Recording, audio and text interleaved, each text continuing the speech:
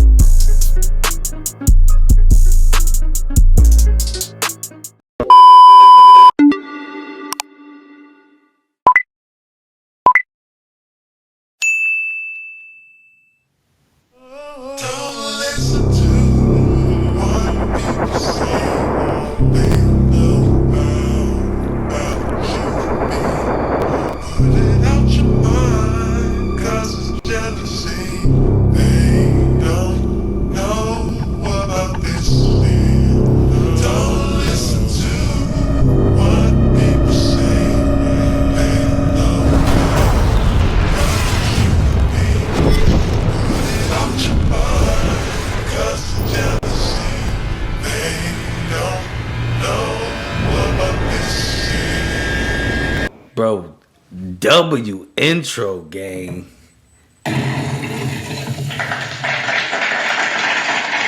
Hey, the editor, hey, the boy, hey, hey, the boy doing their thing, gang. It's so dramatic, like it's theatrical as a motherfucker, man.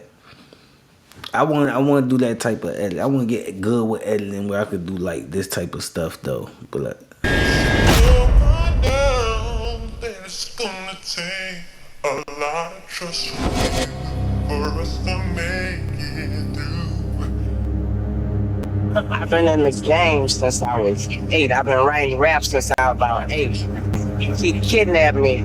They've been him kidnapped me. I was 9 when they kidnapped me. So, I've been thugging since I was 9. You understand? And then I had a few family problems, so I drifted off, and I got back with them. Now I make 15 months, and I'm on my first solo album. It's through. It be out October 19th. The Black is High. Some would say Lil Wayne stands as a pivotal figure in hip-hop history. Originally named Dwayne Michael Carter Jr., born on September 27, 1982, in New Orleans, Louisiana. As we mentioned in our documentary, hip-hop's biggest psyop, Wayne has profoundly influenced the sound and trajectory of modern rap. Once Wayne made Supernatural more powerful than the streets, rappers who weren't street-affiliated had a way in. The new dominant flex was about being mentally unstable, detached, or above human concerns, which led directly to emo rap. Before Lil Wayne, pre-2008, mental instability was seen as a weakness, not a flex. After Lil Wayne, 2008, embracing supernatural demonic themes makes you more powerful. Being mentally unstable is a flex, not a weakness. Street credibility is secondary to persona. Bro, what? How does shit just turn eerie and conspiracy theory already? We only 2 minutes in. They going straight to the conspiracy theories?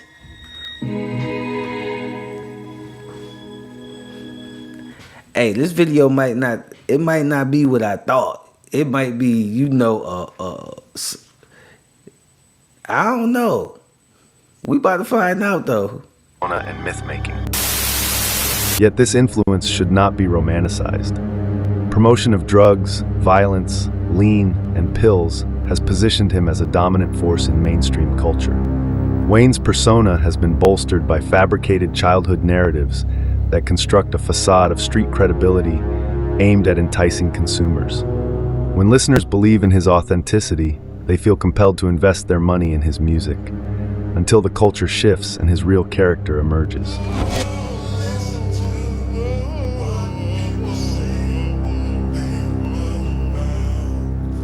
Growing up in the Holly Grove neighborhood of New Orleans, Wayne was raised by his mother.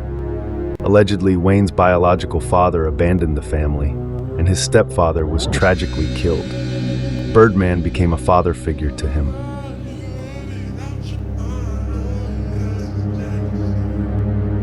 It is said that by age 9, he joined the Cash Money Records label, becoming the youngest member of the label. Birdman eventually takes the preteen rapper, saying, "I just wanted to help him." He just kept coming. He wanted it. He wanted the life. And I just wanted to help him because I ain't want him to live my life. I just saw some young bro with some talent and I thought I could help him. But here in the clip, Wayne says something different. Yeah, that nigga see a $1 billion entity. You feel me? Like technically you right, but that ain't how that. You ain't help him. But you technically did he?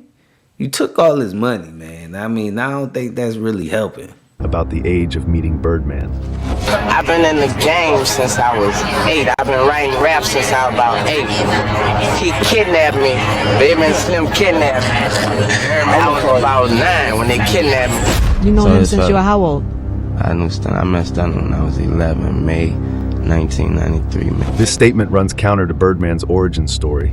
His parents went to school with my brother and sister. Hey, my mama went to school with him. His parents went to school with my brother and sister. Wow. You know what I mean? All she would say was like, boy, that boy was 14 with $1 million. And she was scared of him. You know who baby wasn't. He's a million. Furthermore, first saw my first million, I was 14, turning 15. What's some of the first shit you bought? I ain't buy nothing because I couldn't buy nothing. Because I was in the streets. I wasn't gonna send myself to the penitentiary. Let's consider this point. It's simply implausible. No 14-year-old from the projects could manage to hold on to $1 million without facing serious danger, such as... Right, that's crazy. $1 million at 14? Boy, he was a bad motherfucker, man. Being robbed or killed. It is essential to recognize just how extremely challenging it is for a young teenager to accumulate such wealth, especially without the life experience needed to navigate the risks of incarceration. Remember, he allegedly came out of the boy's home, so he was already under some kind of radar. As a young nigga by older niggas, right? When I come out the boys' home, I went straight to the streets. Right after that, the streets became my life.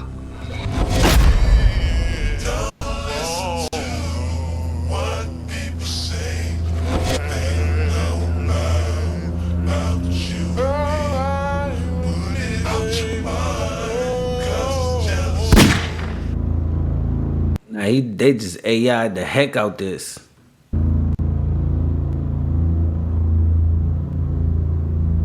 But on the afternoon of November 11th, 1994. My mom ain't get off till late. You know, I snoop around the room, find like, damn, I found a pistol. I was in there on my rap, got a gun, music blasting, thinking I'm safe, playing around, and after that.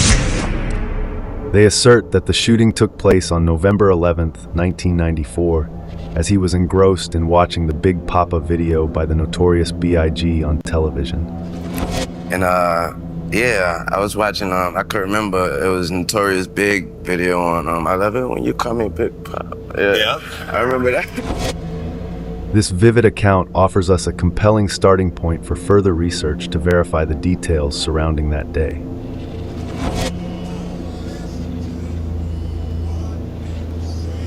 The music video for Notorious B.I.G.'s Big Papa debuted in January 1995. But on the afternoon of November 11th, 1994, I was watching, I could remember, it was Notorious Big video on I Love It When You Call Me Big Papa. Yeah. Given this timeline, it's evident that he would not have had the opportunity to see it before its release. This situation raises a crucial question about the context of the story. Is he genuinely misremembering? Both children and adults can significantly retain memories of traumatic experiences, particularly those involving near-death situations. However, Nah, so that man lied about getting this. Yeah, because he ain't really. If he got shot in his chest, why he ain't got no, like zipper or like no, you know what I'm saying? Like no wound where like they operated or nothing. Like that shit stay with you forever, right? But he ain't got none of that.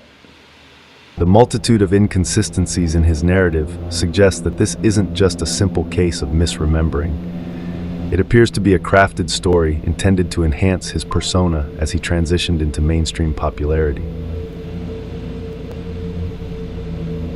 While it's understandable that mistakes can happen when recalling ages, given the pivotal role this narrative has played in shaping his career, one would expect that he or his team would have verified the details by now.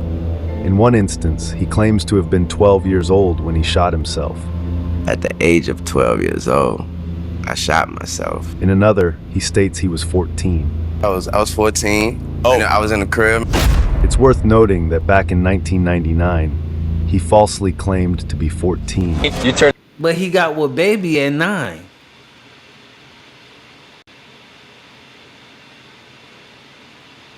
How? Wait.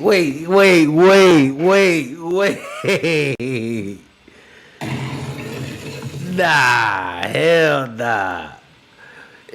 Is Wayne motherfucking lying to us?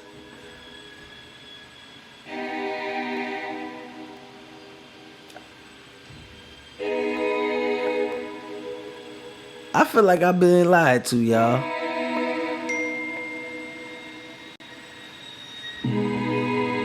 Nah, this ain't even right, twin. This ain't even right. I feel betrayed. But let's keep going, cause I don't know. 15 Monday? Yeah. You're 14 years old? You turned 15 Monday? Yeah. You're 14 years old? He was allegedly born in 1982. This interview was in 1999. Do the math. So do we really know the age of Lil Wayne? He was effectively saying the shooting happened around the time of that interview. Moreover, his accounts of how the police were alerted are conflicting. In one interview, he insists his friend called the authorities. Everybody jumped over my body to go get the guns and drugs. We called the ambulance. While in another, he says he crawled to the phone to make the call himself.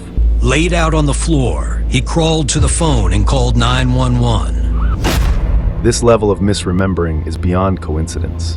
It suggests a deliberate attempt to alter the narrative, as if they expect us to forget previous statements or articles. I remember. Hold on. Wait. I remember the interviews asked Lil Wayne a question, y'all, about how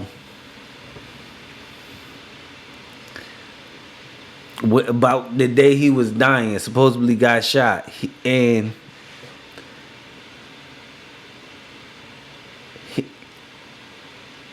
I remember him saying something like about like it was it didn't have nothing to do with race, and he don't see racism because when he looked up, it was a white man that saved his life while everybody was stepping over him, over his body. Like, oh my God, like if that was a lie, oh man, Lil Wayne, it's a wrap for me, gang. I ain't even gonna lie to you, bro.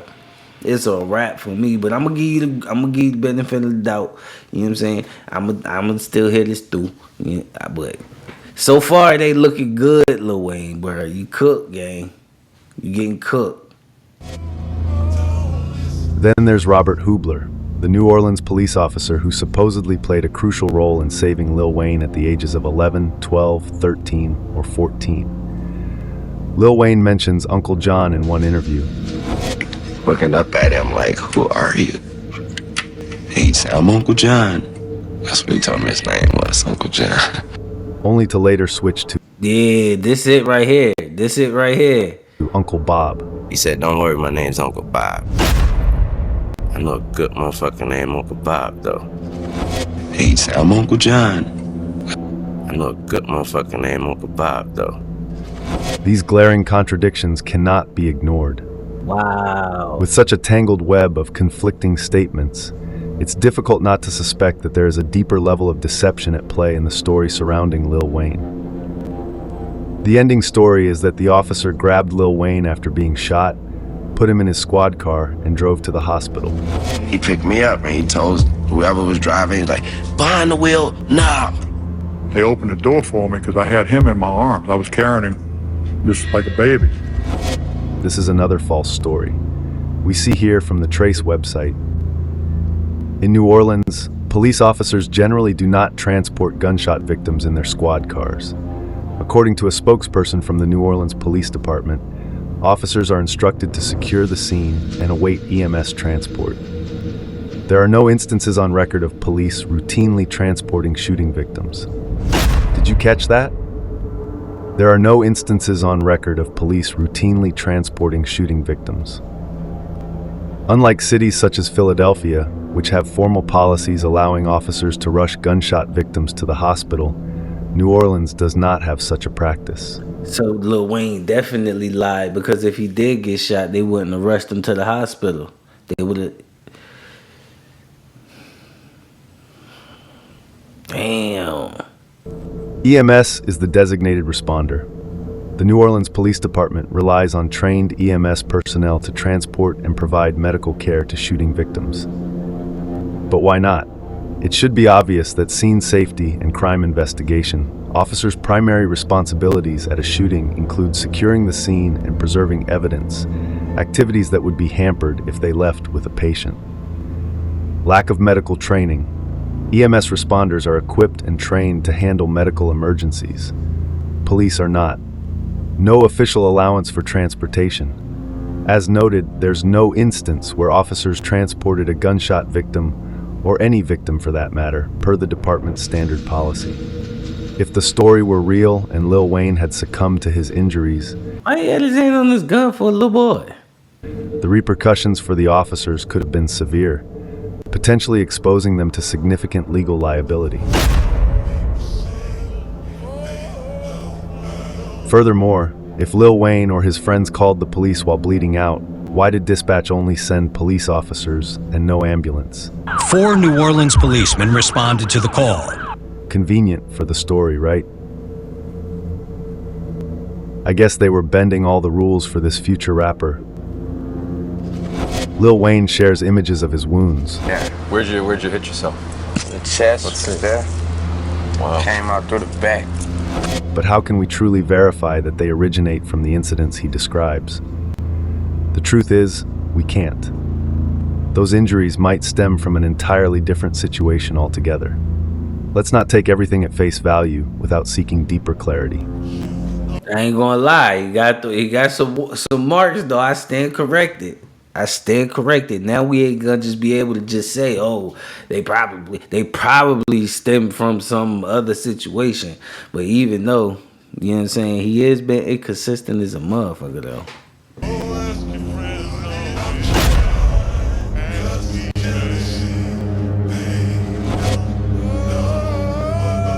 Let's take a moment to reflect on our documentary about emo rap and hip-hop, as this clip highlights some important points we've made. So the modern rap narrative is, if you're not depressed, you're not real. Note that the key industry tactics are that they normalize depression as an identity. Fans now see themselves in these sad rappers. They push pills as a lifestyle. Percocet, Xanax, and lean are constantly referenced. About mental health. What I wish they knew is that it's real. That is real. And there is no bar to measure how real. Horrorcore and gangsta rap were industry tools to control black expression. Now, depression rap and pharma rap are the new tools being used. The narrative surrounding this genre has evolved significantly, shifting from a superficial, wannabe street story Carrying a gun then, too? Yeah, I stay strapped. I mean, I'm strapped right now. Like, you can't go nowhere not strapped. I was in there on my rap. Got a gun, music blasting. to one that resonates with themes of depression to fit the times. He also talks about when he was 12, coming across a gun in his mother's house and shooting himself in the chest, just missing his heart. Now, before he's called this an accident, you've heard him talk about it on songs, but on a new verse, he admits that it was a suicide attempt after his mother told him that he would no longer be allowed to rap. This change appears to be aimed at Damn, I did hear that too. Lil Wayne, man. Lil Wayne, man. Now, I wonder why all them boys, Cash Money, that fell out with you was talking about you like that. They knew you wasn't in, you know what I mean? One of them for real. Jesus Christ. My childhood is ruined. connecting emotionally with listeners in order to drive album sales. With articles saying he started noticing his Take that back. That's my childhood. My teenage years is ruined. mental health issues as early as 10 years old. This pattern of constantly changing the story is proof that it is serving an agenda. After all, Lil Wayne said this. I got shot, I took a bullet. It ain't like I done it on purpose. I got shot, I took a bullet. It ain't like I done it on purpose. So again, Wayne just admitted it wasn't done on purpose. This just proves my point. This story is serving more than one agenda, and the other side of the tale plays directly into the racial tensions. Everybody jumped over my body to go get the guns and drugs and whatever they could find. It took one guy to stop right there and just cuss everybody that hopped over me out. Like, what the f are y'all doing? Picked me up, brought me to the hospital. He didn't drop me off at the ambulance and say, you take him. He brought me to the hospital room. He was white as snow. The that hopped over me was blacker than me. What's here? Told y'all that nigga said that, man. Whoop de do. And Whoop de do. motherfucker. Whoop de do. Yeah, he was a cop, and my life was saved by a white man. During the time of this interview, the racial tensions were high within the media. Lil Wayne was sent to further agitate the black community with this interview.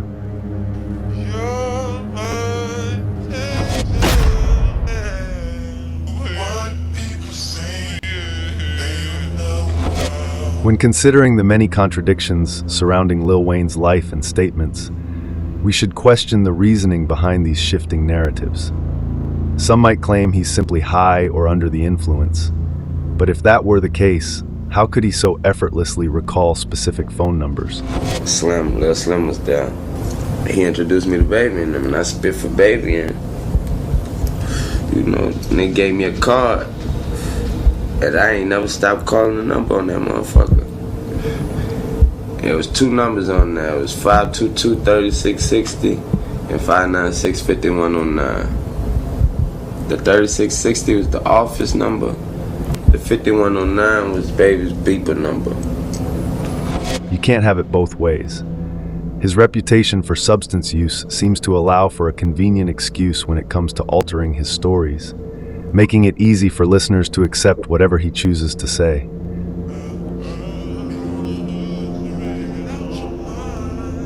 These inconsistencies warrant a deeper investigation into the true motivations at play. We should question the claim that Lil Wayne's father was killed or that his biological father has played no role in his life. Real name's Dwayne, right? Real name. So why'd you drop the D? I'll tell you right here on TV, I dropped the D because I'm a junior. My father's living, and he's not in my life, and he's never been in my life. So I don't want to be Dwayne. I'd rather be Wayne. Does he know that? He knows now.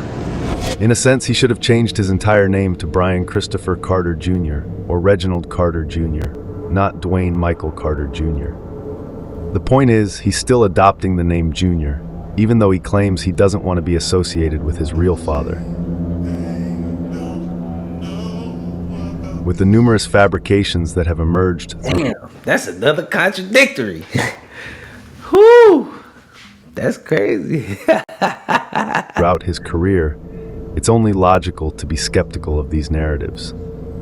Also, the circumstances surrounding meeting Birdman are suspicious. His parents went to school with my brother and sister. I spit for Baby. I met him. It was at a record store. Lil Slim was there, the artist, the dude. He introduced me to Baby and them, and I spit for Baby. And BG was already living with me. Okay.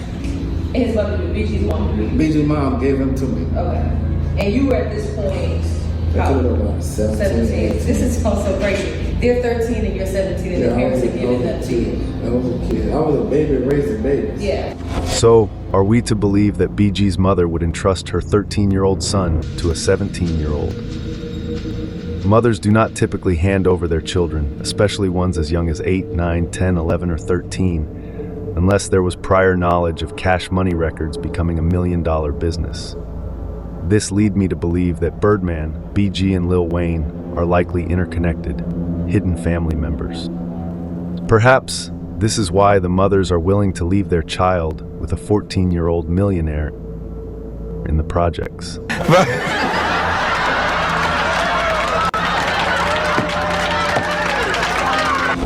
It's clear that there's more to the story than we've been led to believe. The reality is, if it's true, they may never publicly acknowledge it. As of now, they tell us, his alleged stepfather, Reginald Rabbit McDonald, he was reportedly taken out of the picture due to a supposed murder. In fact, during an interview, Lil Wayne mentioned that on the day his stepfather passed away, Birdman picked him up and remarked, "What's wrong? You look like you just lost a father." the day my pop, Reginald McDonald, the day he passed. Damn.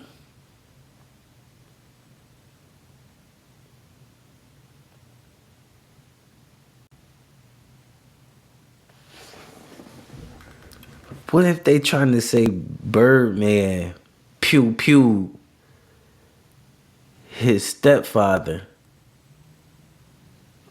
to pretty much get custody of him? Cause he started calling him his pa since. In 96, Stunner picked me up that same day. I got in the car, I had a little look on my face. He said his exact words was, "Look like you just lost your father. What's wrong?" I mean, how old were you? I was what I was like 14.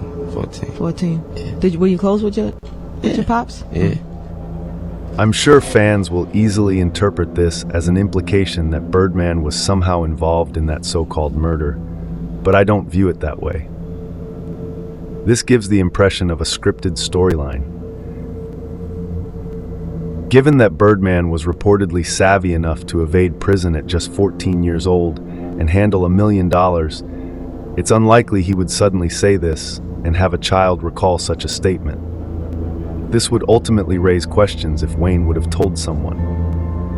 Wayne's public statement about this decisively indicates that he feels Birdman was involved, or want us to think he was involved, planting the seed for a future media soap opera. Otherwise, why would he say it?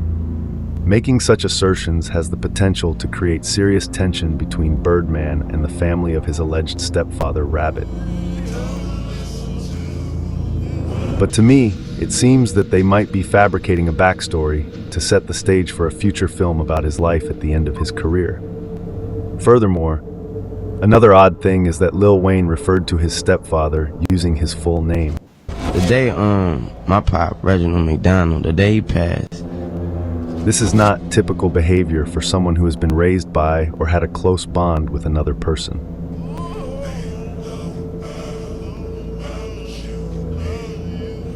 But what we know is that rappers, and artists in general, exaggerate, dramatize, or fabricate their lives in their public personas to build a compelling persona. In hip-hop, having a strong, unique identity helps you stand out. Some artists may create or enhance stories to seem more dangerous, successful, or real than they actually are. It's often a mix of marketing, creative license, and industry executives. Hip-hop has roots in so-called real-life struggle, but also in performance and storytelling, which can blur the line between fact and fiction. But you should know that by now.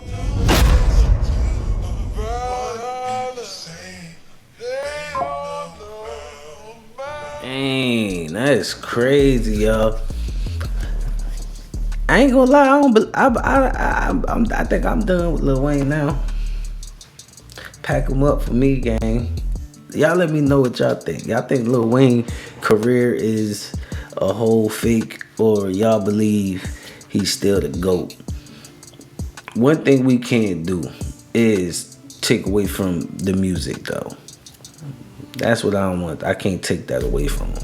He really is one of the GOATs on the music, but I don't know. Now I don't know how to perceive him. Now I don't know. Like, your music went hard because of who I thought you was. You know? Like, who I thought he was. But if that's a lie, then I know the music a lie. But I don't know. Let me know what y'all think, man. Leave a comment in the comment section, man. Till next time, I'm out.